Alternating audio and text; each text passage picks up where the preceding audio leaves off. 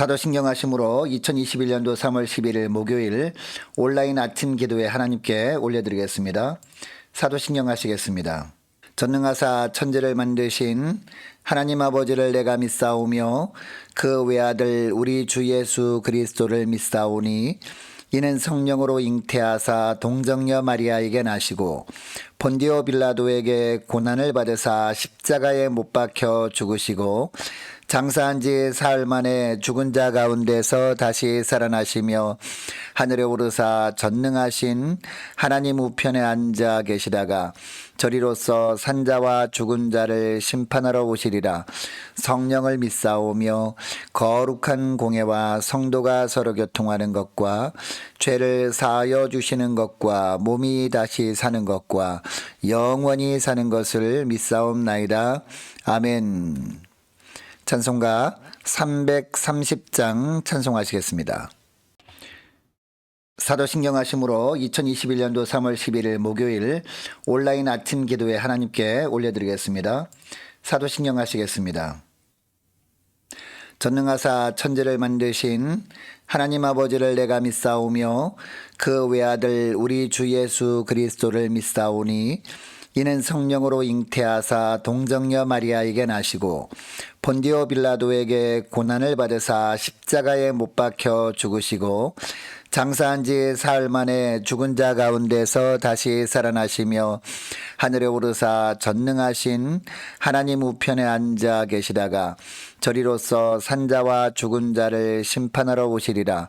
성령을 믿사오며 거룩한 공예와 성도가 서로 교통하는 것과 죄를 사하여 주시는 것과 몸이 다시 사는 것과 영원히 사는 것을 믿사옵나이다. 아멘. 찬송가 330장 찬송하시겠습니다.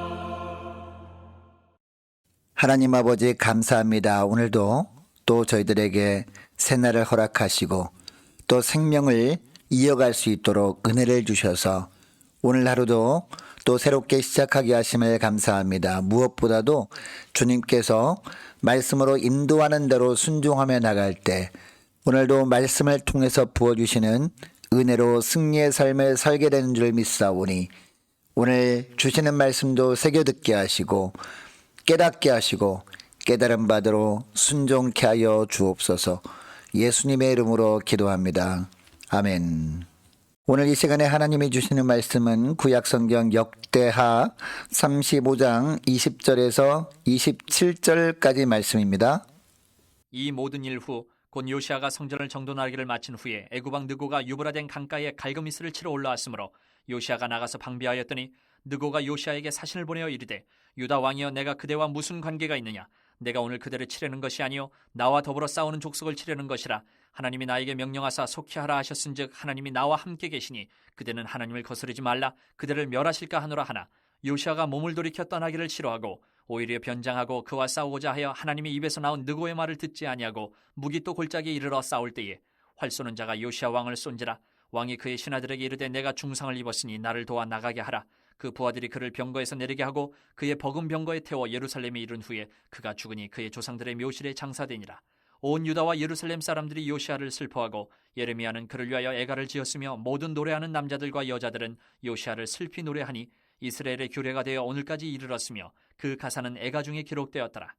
요시아의 남은 사적과 여호와의 율법에 기록된 대로 행한 모든 선한 일과 그의 처음부터 끝까지의 행적은 이스라엘과 유다 열왕기에 기록. 창세기 1장부터 보면 성경은 하나님을 말씀하시는 하나님이라고 합니다. 하나님은 우주 만물을 창조하실 때도 말씀으로 창조하셨습니다. 그리고 요한계시록까지 말씀해 보면 수시로 성경은 말씀하시는 하나님을 나타내고 있습니다. 하나님이 이르시되 라는 말씀이 계속해서 등장하기 때문입니다. 간혹 하나님은 천사를 통해서 말씀하시기도 하셨습니다. 또한 모세와 같은 지도자를 통해 말씀하시기도 하셨습니다. 뿐만 아니라 선지자를 통해서 하나님은 말씀하시기도 하셨습니다. 그리고 제사장을 통해 선포되는 메시지를 통해서도 말씀하시기도 하셨습니다. 그런데 하나님은 원수를 통해서도 말씀하실 때도 있습니다. 자, 오늘 본문을 보면 하나님은 이방 나라인 애굽 왕을 통해 요시야 왕에게 말씀하시는 장면이 나옵니다. 22절 중반절에 보니까 하나님이 입에서 나온 느고의 말을 듣지 아니하고 라는 문장이 나오거든요. 이 문장에 보면 느고라는 사람이 나오는데 여러분이 느고는 누굽니까? 당시 남방 강대국이었던 애굽 왕 바로 느고를 말합니다. 20절 말씀을 보면 이 모든 일 후 곧 요시아가 성전을 정돈하기를 마친 후에 애굽 왕 느고가 유브라데 강가에 갈그미스를 치러 올라왔으므로 요시아가 나가서 방비하였더니라고 합니다. 당시 애굽 왕 느고는 남유다 왕 요시아와 싸울 마음이 전혀 없었습니다. 단지 북쪽에서 막 일어나고 있는 바벨론 군대가 남쪽으로 밀고 내려오는 것을 보고 그 군대가 자기 나라까지 오기 전에 미리 선제 공격을 하려고 한 것뿐이었습니다. 그래서 바벨론 군대가 있는 갈그미스라는 지역으로 군대를 이끌고 가려고 했던 것뿐이었습니다. 그런데 문제는 애굽에서 갈그미스로 가는 길목에 남유다가 있었던 겁니다. 이것을 모르고 요시아는 남유다를 침공하는 줄 알고 맞서서 싸우려고 했던 겁니다. 21절에 보니까 이것을 보고 애굽 왕 느고가 요시아에게 사신을 보내죠. 그리고 이야기를 합니다. 뭐라고 합니까? 유다 왕이여 내가 그대와 무슨 관계가 있느냐?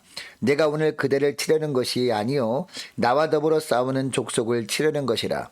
하나님이 나에게 명령하사 속히 하라 하셨은즉 하나님이 나와 함께 계시니 그대는 하나님을 거스르지 말라 그대를 멸할까 하노라 라고 합니다. 남유다와 싸우려고 하는 것이 아니라 남쪽으로 밀고 내려오려는 바벨론을 치기 위함이니까 길을 내어달라는 것이죠. 이것을 하나님이 말씀하셔서 행하는 것이니까 자기와 싸울 생각하지 말라라는 것입니다. 여러분, 당시 애굽은 남유다에 비할 수 없는 강력한 군사력을 지니고 있는 나라였거든요.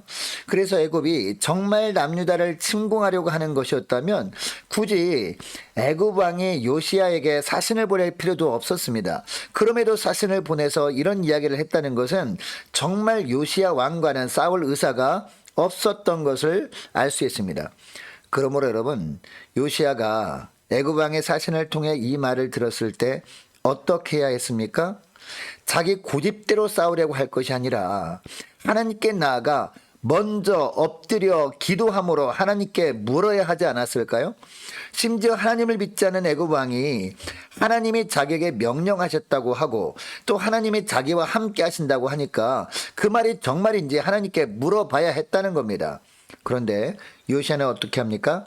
그냥 하나님께 묻지도 않고 자기의 생각대로 하고 맙니다.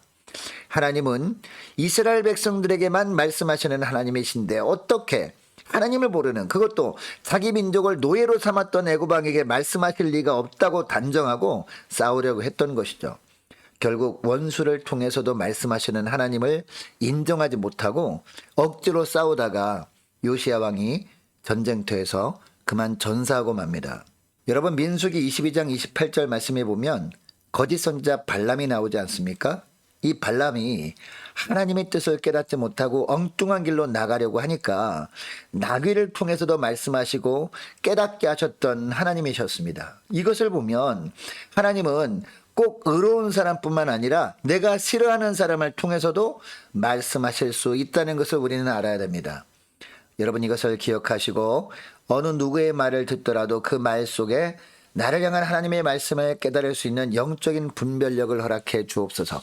간절히 기도하는 여러분 될 수 있기를 원합니다. 또한 오늘 본문을 통해서 하나님이 우리에게 주시는 말씀이 있습니다.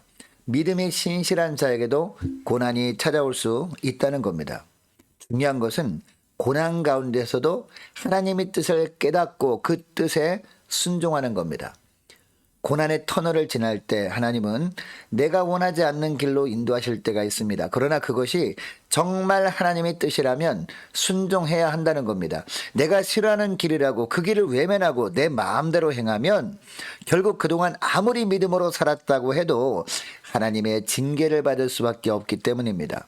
자, 오늘 본문에 나오는 요시야 왕이 바로 그런 삶을 살았던 대표적인 사람이었습니다. 여러분 요시야 왕은 하나님이 기뻐하시는 일들을 행했던 왕이었습니다. 정치를 개혁했습니다. 우상의 제단들을 다 헐어버림으로 말미암아 우상 숭배를 척결했습니다. 성전을 깨끗하게 했습니다. 유월절을 온전하게 지켰던 왕이었습니다. 이처럼 믿음으로 살았던 왕이었는데 이 모든 일 후에 요시야 왕에게 찾아온 것은 평화와 축복이 아니라 전쟁과 죽음이었습니다. 여러분 요시야 왕처럼 하나님의 마음을 시원케 주었던 왕도 드물었습니다. 물론 이런 삶을 살았던 사람에게도 전쟁과 같은 고난이 찾아올 수는 있습니다. 그리고 고난 중에 하나님의 뜻을 잘 몰라서 실수할 수도 있습니다. 그러나 이런 믿음이 사람이라면 하나님께서 그 사람의 생명만큼은 지켜주실 수도 있을 것 같습니다. 그런데 본문에 보면 요시야가 결국 어떻게 됩니까? 전쟁터에서 활에 맞아 그만 죽고 맙니다. 북이스라엘의 악한 왕이었던 아합 왕의 최후와 비슷합니다. 여러분 하나님이 요시야 왕에게 왜 이런 징계를 내리신 것일까요? 하나님의 경고를 무시했을 뿐만 아니라 마지막까지 자기의 생각대로 했기 때문입니다.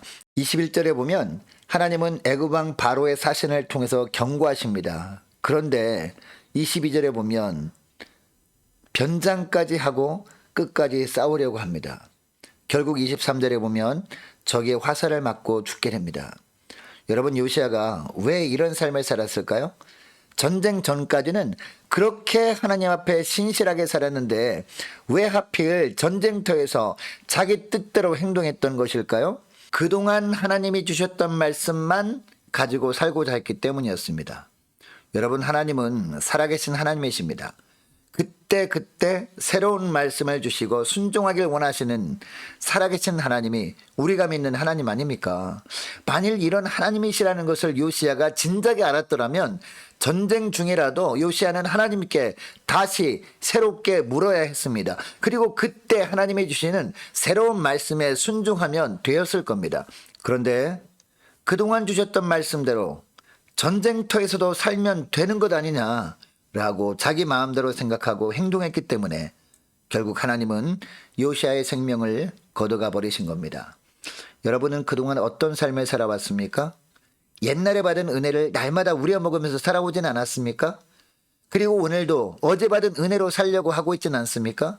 또 오늘 주신 말씀을 가지고 내일도 모레도 살고자 하고 있지 않습니까? 그렇다면 우리도 요시야와 다를 바가 없는 자들입니다. 여러분 하나님의 징계를 피할 수 있는 비결은 다른 데 있지 않습니다. 날마다 새로운 마음으로 하나님 앞에 엎드려서 하나님의 말씀을 새롭게 받고 그 말씀에 순종해야 하는 겁니다. 늘 하나님이 주시는 새로운 은혜로 살아갈 때 하나님이 함께 하시는 복된 삶을 살게 되는 것입니다. 여러분 이것을 기억하시고 오늘도 하나님 앞에 주님 제가 새롭게 엎드립니다. 오늘 저에게 주시는 새 말씀을 주옵소서. 그 새로운 말씀대로 살게 하여 주옵소서. 간절히 기도하는 저와 여러분 되시를 축복하고 계속 기도할 것은 하나님 영적 분별력을 주님 허락해 주셔서 하나님께서 다양한 방식으로 말씀하실 때 하나님의 말씀을 잘 분별하고 순종케 주옵소서. 매 순간 주시는 말씀을 잘 받고 그 말씀대로 살게 하옵소서. 간절히 기도하면 좋겠습니다. 또 계속 이어서 기도할 것은요, 모든 공예배가 온전히 회복되게 하여 주옵소서. 기도가 회복되게 하여 주옵소서. 간절히 기도하기를 원하고 많은 환우들을 위해서 함께 기도하기를 원합니다. 수술 후에 퇴원하여 가정에서 회복 중인 이태영 집사님 위해서 간절히 기도해 주시면 감사하겠습니다. 취업을 앞둔 우리 청년들과 고3 수험생들, 선교사님들, 나라 민족을 위해서 각 가정과 개인의 기도 제목을 놓고 우리 함께 기도하기를 원합니다. 기도하겠습니다.